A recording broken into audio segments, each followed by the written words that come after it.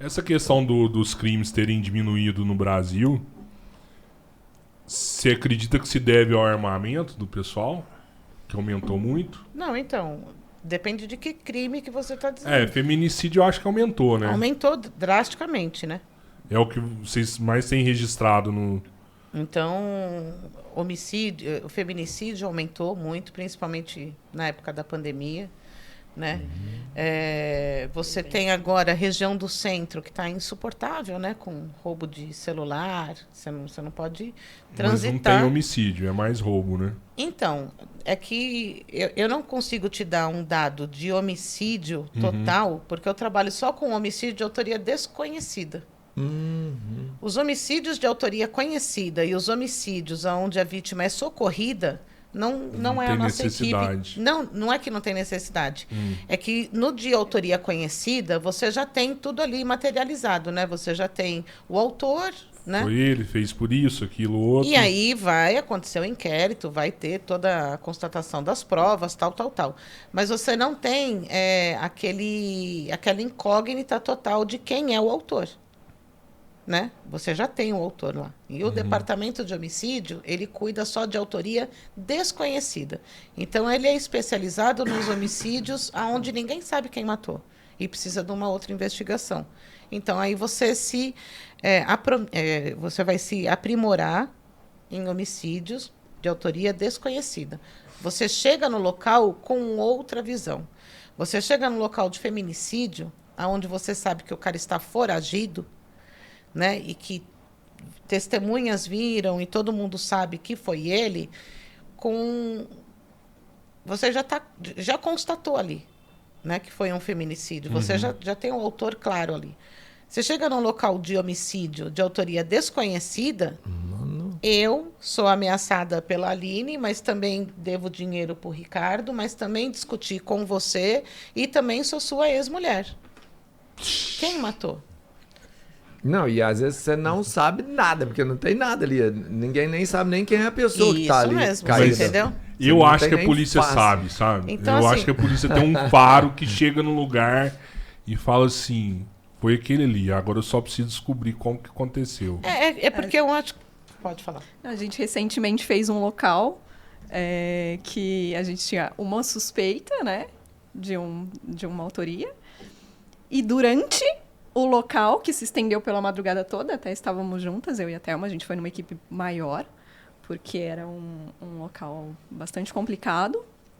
A gente, o começo do local era um veículo incendiado com um corpo incendiado. Então, a gente não tinha nem a vítima, que dirá autoria, né? Suspeito de autoria. Quando conseguimos a identificação da vítima, da possível vítima, né? E de uma possível autoria, a gente foi atrás disso, para buscar os vestígios, buscar as evidências, né? E aí, no meio, né, da madrugada, os caminhos foram, né, mudando completamente, e a autoria, a gente conseguiu descobrir ali a autoria, e era totalmente que ninguém nada a ver imaginava, do que ninguém né? imaginava. Sério, era no algo começo. assim que... Exatamente. Não tem lógica, não pode ser esse daqui, não. E aí... Entendeu? É o trabalho. No trabalho você vai descobrindo coisas que vão te levando para um caminho que pode mudar Exatamente. Totalmente no meio do caminho. É que assim, né? Você falou nesse negócio do olhar, o policial tem o olhar, já desconfia desse ou daquele.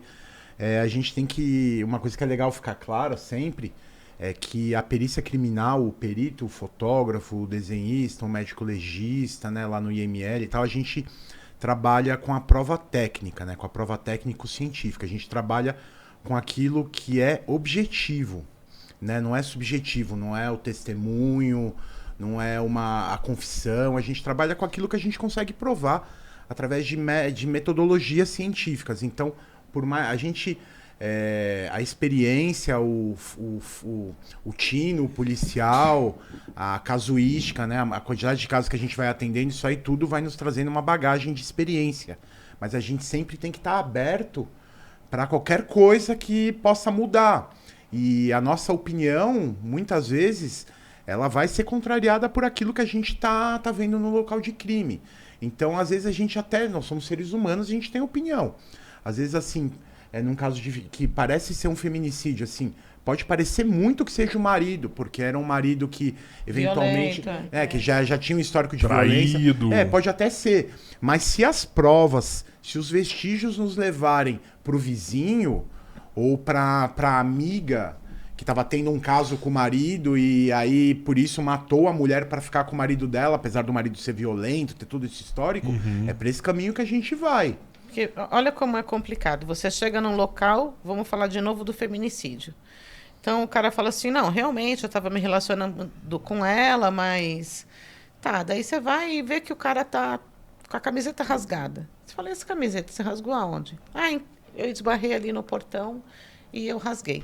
Automaticamente a gente vai até o portão, vê se o portão tem condições em algum lugar de provocar aquele rasgo na camisa. Ok. Mas eu tô vendo que você tem uma gota de sangue no seu tênis. Fiz o teste aqui, é sangue humano. Daí ele fala, tá, mas é porque eu entrei aqui e pisei no sangue. Então, e esses arranhados? Não, a gente estava tendo um sexo um pouco mais caliente. Selvagem, lá bem sei eu, e realmente ela me arranhou. Então você tem ali tudo para prender o cara, mas você não tem absolutamente nada. Então a vantagem sempre é do autor. Pô, mas numa dessas Você não entendeu? pega uma preventiva, Porque não? tudo. Então, mas a preventiva você tem que embasar muito bem. E sem uma prova técnica, você não consegue esse embasamento. Se você não tiver um apoio técnico respaldado na ciência, falando assim, então, ele falou que é sangue no tênis dele, você entendeu? Que a mãe estava menstruada e ele chutou o absorvente da mãe. Tá bom. É impossível? Não, é nojento. Mas não, impossível não é. Eu não sei onde ele mora, né? Não é. Aí eu vou recolher, equipe perícia, né? Sim. Perito vai recolher, vai mandar para o laboratório, vai fazer uma constatação que realmente é o sangue compatível com o sangue da vítima. Se não é o sangue da vítima, de quem que é? É compatível com... Você entendeu? De repente ele está machucado, ele fala, é sangue humano porque é meu sangue. É um jogo de xadrez onde, às vezes, numa situação dessa que você está com um possível autor do crime ali, você tem que jogar um xadrez pensando 5 passos na frente dele, porque dependendo do que você faz, ele vai invadir, ele vai sumir. Eu acho que a palavra-chave é tempo. Então, você tem até programas americanos que chamam as primeiras 24 horas. É tempo. Então, você tem degradação de materiais biológicos. Você tem o ímpeto da testemunha, que depois que ela tem uma noite de sono, ela fala o quê? Eu vou me meter nisso? E não fala mais nada. Você tem a facilidade do cara, a facilidade não, o tempo do cara fugir. Então, eu acho que a palavra-chave é tempo. O dia que a gente começar a ter mais... ter essa noção de que o tempo está a nosso favor, as coisas vão mudar muito. Porque até o que o Dr. Ricardo estava falando. Preservação também é time. É você chegar num local e seja você um policial militar, um policial civil, um agente de segurança pública, quem está ali preservando aquele local? Caramba, mano, vai chover. E São Paulo não é que está chovendo, está alagando. Ah, não, mas eu vi o Dr. Ricardo no podcast do Três Irmãos falando que é fraude processual mexer no local. Eu não vou mexer no local. Então. Aí alaga, você chega e fala assim, oi, tudo bem? Tinha algum projeto? Ah, mas choveu. Então, a gente Mano, para pensar. A gente tem que ter bom senso, Bom né? senso. Tem que ter né? bom senso. É aquela coisa, o tempo que passa é a verdade que foge, né? A gente tem que tentar fazer as coisas o mais rápido possível, né? A gente lida com vestígios que são muito frágeis, né? Às vezes, quando você pensa em sangue, você pensa numa casa, você pensa em 10, você numa casa lavada. Às vezes não, às vezes o sangue que a gente tem é uma gotinha. Mal dele, uma gotinha ínfima que É assim... tão pequena que você fica na dúvida. Você fala, eu passo um fecacute E perco a e amostra. perco a amostra, eu já recolho direto e mando pro Porque laboratório. assim, Ah, mas não tem essa preocupação de perder a amostra, tem? Não, porque olha só, o teste rápido que a gente usa em local é uma haste aonde você vai molhar, vai transportá-la para essa haste para você colocar no teste. Mas tudo que você vê tem que ser Se testado, é né? ínfimo, essa gotinha, eu vou correr o risco. Para que eu preciso saber exatamente ali na hora que é sangue humano? Se eu posso recolher e vir um DNA. E saber que sangue humano Né? é esse, né? De que... Porque assim, que eu tava, como tá falando, né, o negócio é muito frágil e às vezes é muito escasso. Então, às vezes, a gente tem que fazer escolhas. E tem também o detalhe. Imagina essa micro gota de sangue aí. A gente só tem uma chance de coletá-la direito. Se eu coletar ela errado, se eu condicionar ela de um jeito errado, se eu não deixar ela secar, se eu pego já o swab e coloco num saco plástico ali e deixo fechado, aquilo lá vai mofar, eu vou perder a amostra e eu só tive aquela chance para fazer aquilo. Eu joguei, às vezes aquela gotinha de sangue ali é o que vai resolver o caso, é o que vai colocar a vítima na casa do autor, ou que vai provar que a vítima sangrou na casa do autor, ou que vai provar que o autor sangrou na casa da vítima porque ele se machucou, enfim. Sim. A gente lida com vestígios muito frágeis. Vestígios que qualquer coisa que a gente fizer de errado, a gente pode estragar tudo. E a gente, quase todas as oportunidades, a gente só vai ter uma chance de coletar aquele vestígio corretamente, de fazer aquela perícia corretamente. Porque também, a partir do momento que a gente sai do local e a gente fala, o local tá liberado, acabou. Já era, pô. Esses dias mesmo a gente tava fazendo... esses dias não, agora, no meu último plantão. No último local que a gente fez, que era um homicídio numa escadaria... a gente terminou a perícia ali, o IML no caso já estava lá, porque a gente estava vindo de um outro lugar muito longe, então o IML chegou antes da gente.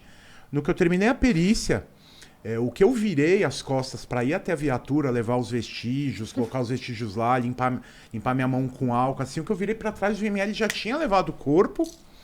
E aí eu fui fumar um cigarro, quando eu terminei o cigarro, eu fui lá dar uma olhada na escadaria de novo, porque a gente estava esperando o delegado, os investigadores ouvirem uma testemunha. No que eu olhei de novo a escadaria, já estavam duas senhoras lá com mangueira, limpando todo o sangue. Já tava lá. Não, sem brincadeira. Em 10 minutinhos, é como se nada tivesse acontecido ali. O cadáver já tinha sido recolhido, as moradoras ali da vielinha ali já tinham limpado a escada. Então, assim, se você não fizer bem feito na primeira, se a foto não for bem feita ali, naquele acabou. Momento, se a tempo. coleta não foi bem feita naquele momento, acabou, não tem outra oportunidade. E a culpa é sua e a gente pode, inclusive, ser responsabilizado por isso.